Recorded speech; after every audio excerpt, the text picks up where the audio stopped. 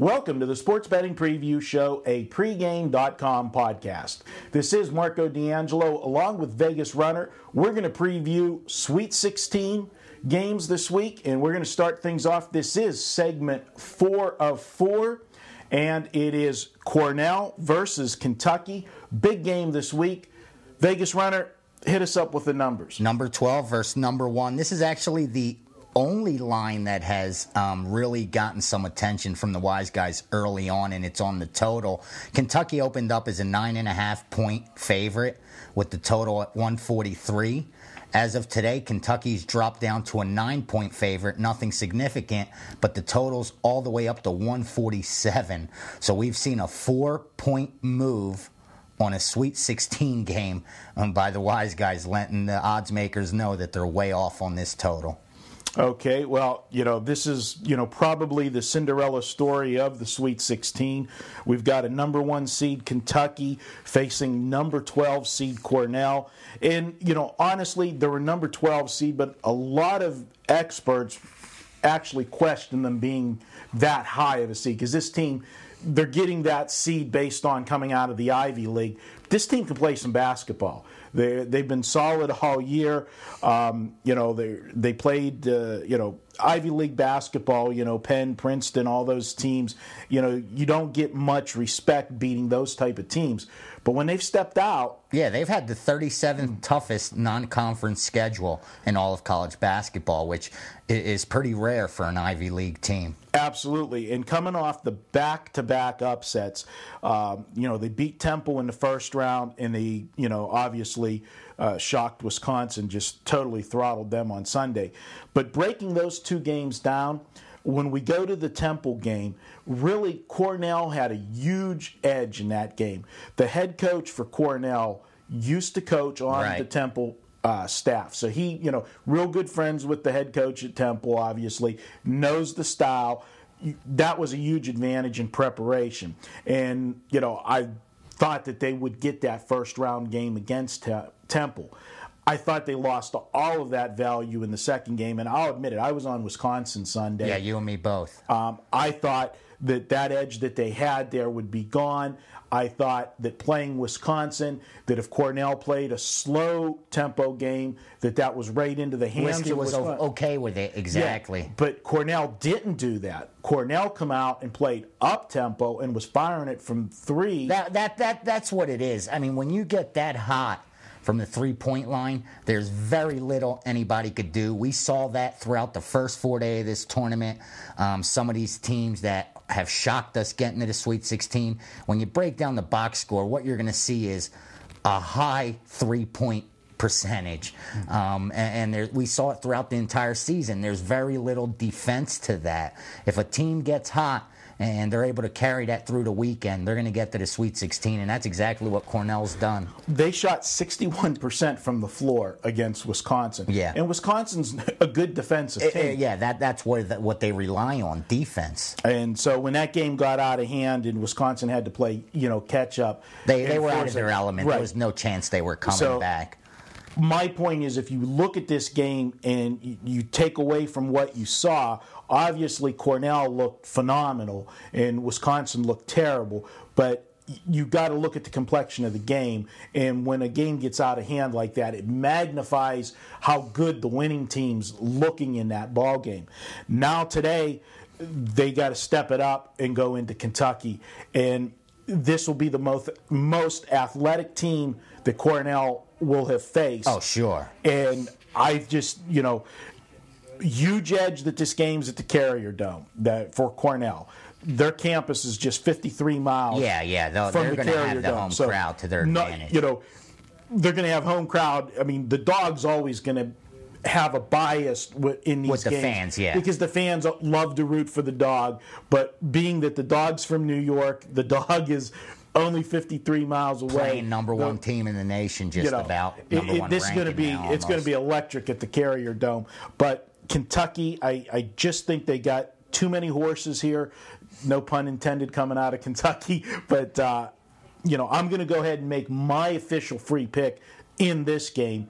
And you'll have your free pick in a later video. But I'm going to go with Kentucky. Everything does line up. Looks like Cornell can do it. But I'll tell you what, when you have two big wins the way they had them, and they happen boom, boom, Friday, Sunday, you don't have a chance to catch your breath. You play Friday, you're right back. Yeah, the Sunday. momentum carries you. Now they're going to have sat for almost a week. They're going to read the press clippings, all the interviews that these kids are going to get, that they've never had this kind of tension before. They are absolutely the darling of the Sweet 16. There's another team we'll talk about in a later video that is darling number 2. Sure. But Cornell, they're getting the press. I like them. I think they stop here. I like Kentucky. I think Cornell hangs around for the first half, but I think the cream will rise to the top come second half. Kentucky will start to get some separation, and whenever Cornell is the team forced into the comeback mode like Wisconsin was on Sunday, it's going to get out of hand in Kentucky's favor. And my play is going to be Kentucky. What's your look on this? I'll tell you the truth. The only thing that scares me on the Kentucky side is how bad they are at shooting free throws. And that's the only thing I'm afraid of laying favorites when they're that bad from the line, because, a team like Duke, who's up 6 or 8, turns it into 12 or 13, where a team that can't hit the free throw sometimes lets a team backdoor cover them, especially when they're good from threes like Cornell is. That's the only thing I fear. Other than that, I agree with you 100%. I think this does have the makings of a Kentucky second half running away with it. Reason being, Cornell's an offensive team. And all of a sudden, they're going to have to play a team that plays excellent perimeter defense and is as tall as them. Cornell's had a big height advantage throughout. They're a very tall team for an Ivy League school. Now, all of a sudden, they're playing a team that's as tall as them, if not taller, but more athletic as well. So it's going to be a lot harder for them to get those threes off than it was against Wisconsin and it was against Temple. So I could see Kentucky creating a lot of problems on that end. On the offensive end, I think if Kentucky runs the ball, Cornell's going to be in a lot of trouble there. They're just too fast and athletic and too efficient on offense, where they're able to get their rebounds, they're able to get second and third chances. But on the flip side, they stop other teams from doing that. So if Cornell's not hot from the three and has a little trouble penetrating, they're going to be in a lot of trouble. There's not going to be many second chance opportunities. So I can see this getting ugly. But again, as long as it don't come down to foul shots at the end and Kentucky's up by double digits already, they should get you the cover. Well, one of the things that I'm looking at, and I agree with you, and I don't know what it is. John Calipari, when he has a team, they always have trouble shooting foul shots. So you can't, at some point, you can't say it's the players. No, exactly. It's always his team. His squads that don't get it done from the line.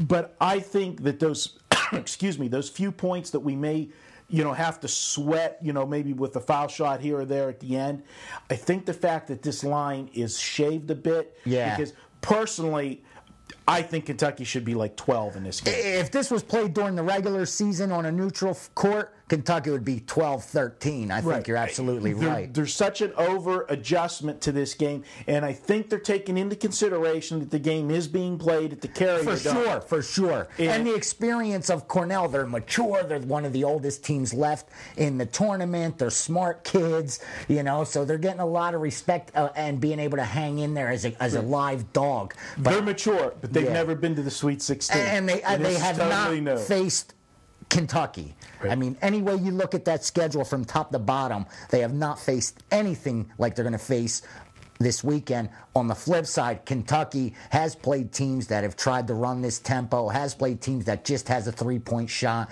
so they'll be fine. Well, you got it. My official play is Kentucky, and my free picks here on the videos, 20-10 the last 30 weeks, so let's see if we can continue that. if you go to YouTube, you watch us at pregame.tv, be sure to go to the comment section and predict the final score of this game. If you correctly predict it, we'll give you $100 in pregame dollars to use however you want on the site. So be sure to put your guess in there for the final score. And of course, you can always download and listen to us. Just go to iTunes and search for pregame.com. You'll be able to download all of our podcasts. He's Vegas Runner. I'm Marco D'Angelo. Thanks for watching. We'll be back next week. It'll be the Final Four weekend next week.